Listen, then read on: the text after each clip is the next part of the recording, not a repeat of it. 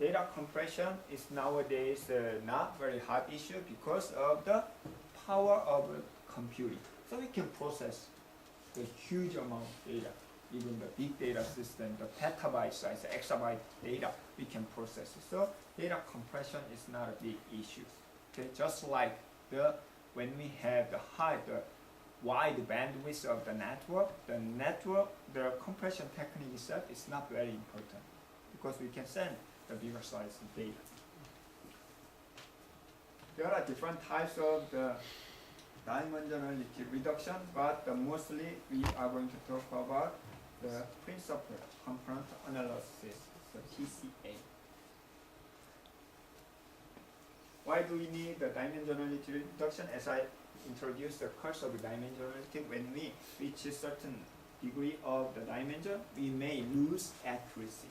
Okay? So we need such a dimensional reduction. The first one is wavelet transform. Anyone who used the Fourier transform or the wavelet? Who is the Fourier? Fourier is a mathematician. The 18th century, it's a 17th something. Fourier is the mathematician in France, I guess, probably correct, France, and he introduced Fourier transform. Fourier transform means any periodic wave, not just random wave. Periodic wave means like the sine curve or cosine curve. Within certain period, it will be repeated. So any periodic curve can be represented by sine and cosine combination. That is the Fourier transform. Using that Fourier transform, we can actually convert the spatial domain into frequency domain. Okay? Frequency, how many times repeated? Or what is the main part to form such a periodic curve? Okay, so the periodic curve is infinite along the time. However, we can reduce the size of data into the frequency domain. Frequency domain is quite small. Okay, so another benefit of the Fourier transform is invertible. So after we change the periodic curve into the frequency domain, that is the reason it has a frequency, the sine or cosine wave converted into the frequency. So then we can go back to the original curve. So it's a bi-directional without losing any data. So which means in case we have the noise data, we don't know which one is noise. But even noise data is a periodic curve. It's interpere. Like when we transform something sound, there might be another wave curve. It's interfere. Then it's a little bit messed up like this. But even that noise is represented as the frequency, different level. Okay. Then if we remove this one, which we can remove the noisy curve only. So that is the benefit of using the Fourier transform, and we can get the idea of this one, dimensional for the dimensionality reduction. Okay.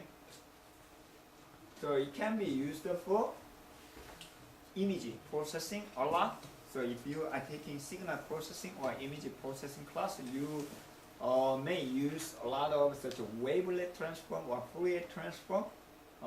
Even that can be used for the data image compression. Okay. Then, if we can simplify such a waveform, which is called wavelet. LET means usually it's a small thing, right? Small. The curve, like depending on the curve, is called the hard or some other I cannot pronounce correctly even. So there are different. So we can use such a wavelet. Okay. So if you are watching the animation Winnie the Pooh, so one of the character is the piglet. You know the piglet? Pig is pig and LET piglet. So it's a wavelet. So that is this wavelet. Okay. Then we can convert the such a signal, the periodic signal data using small piece of the wave. Okay. Then we can get the some frequency that can be represented by the coefficient. Okay. So that is a wavelet.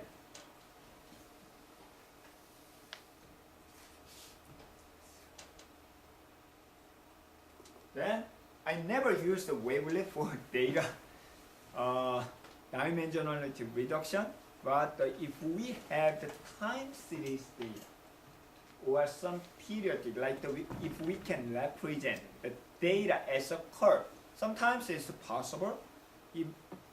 Even though that is not continuous, we have the discrete wavelet.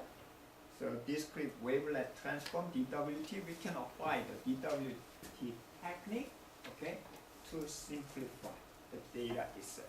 So that is the idea. Okay. I use the similar approach, but not for reducing the dimensionality. I have later I will show you. But we have the series. I have the series sequence of images.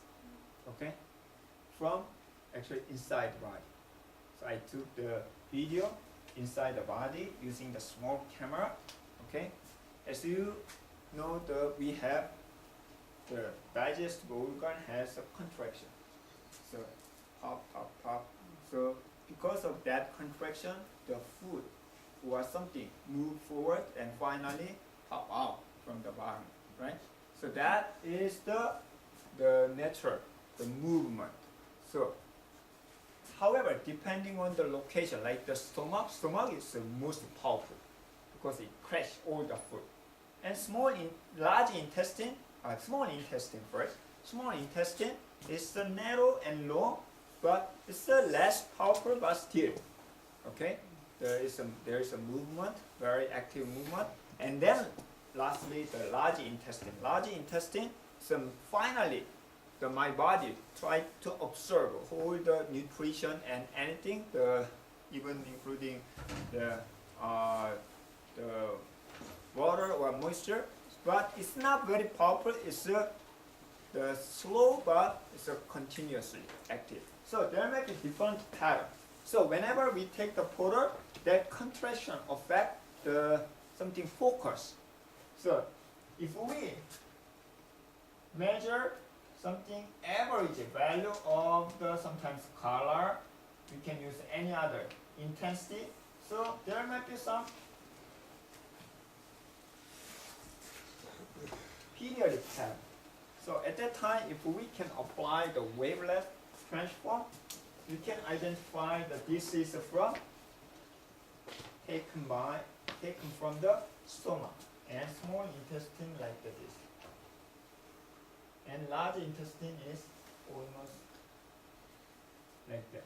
So without the label, so using such a wavelet technique, we can identify the location of that kind of a classification technique, but not directly same as dimensional reduction, but we can use such a wavelet transform to reduce it for the periodic signal data or time series data. The next one is principal component analysis. So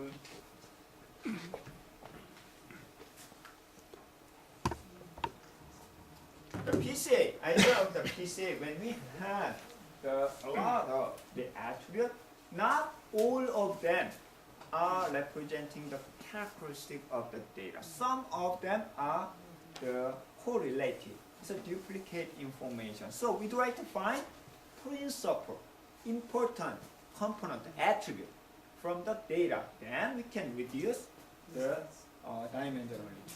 Okay, so we try to find such a component. In this case, in case we have the x1 and x2, they are linearly related.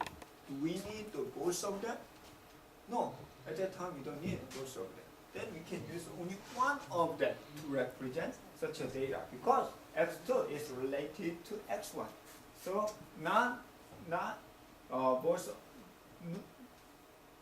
neither of them are the two. We don't have to use both of the x1 and x2. So how can we find the them?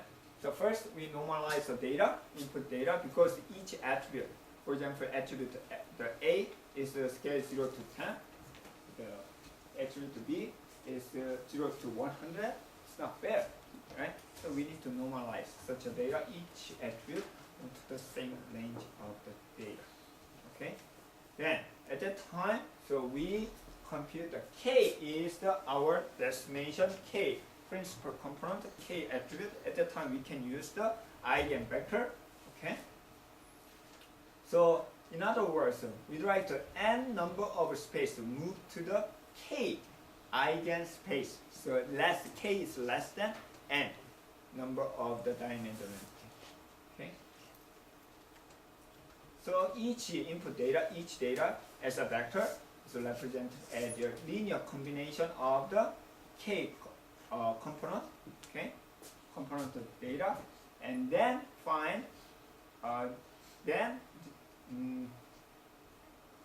principal component can be selected based on the significance, okay, or the strength. So to do that, we can remove some of, we can remove. It's kind of the optimizing problem. So to find the eigenspace, the eigenvalue, okay. So then we can find the weak component by eliminating, okay. If it doesn't affect anything, which means it's not important. So for example, to represent our group, so when I remove, when he leave out, there's nothing change, average or the feeling. So he's not very recognized in this class. So which means not very important. It's the same idea. So we can, by eliminating the weak component, if not change it, so that will be the non-important data. Otherwise, we can keep the remaining one. Okay, that is the principal component. However, this one works for the numeric data, because it's represented by the eigenspace, and also, but there is alternative way for some categorical data. We can use the 1, 2, 3 instead of such a category. Okay? But not always work very well. But sometimes you can use such the alternative way. Also, you can use for the principal component analysis. You can use the covariance metric also. From the covariance metric, you'd like to remove this part, whether their characteristic are changed or not. Or the same if we'd like to have the independent, okay, independent attribute to represent such a data. If they are related, covariance is high, so which means it's related each other. So we don't have to keep both of them. So using that covariance, also we can have the principal component.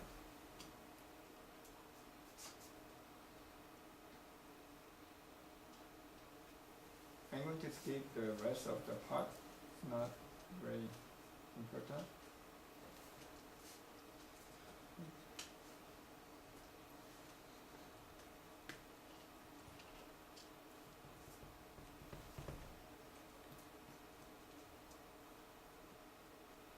Many of them will be discussed later when we are talking about the data mining algorithm.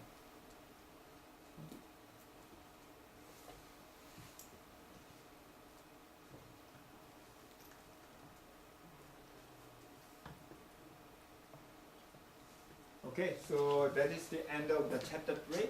I'm not going to discuss about transformation and data discretization. Then after 10-minute break, we will continue for the frequent data mining. In chapter, by the way, I'd like to give the homework.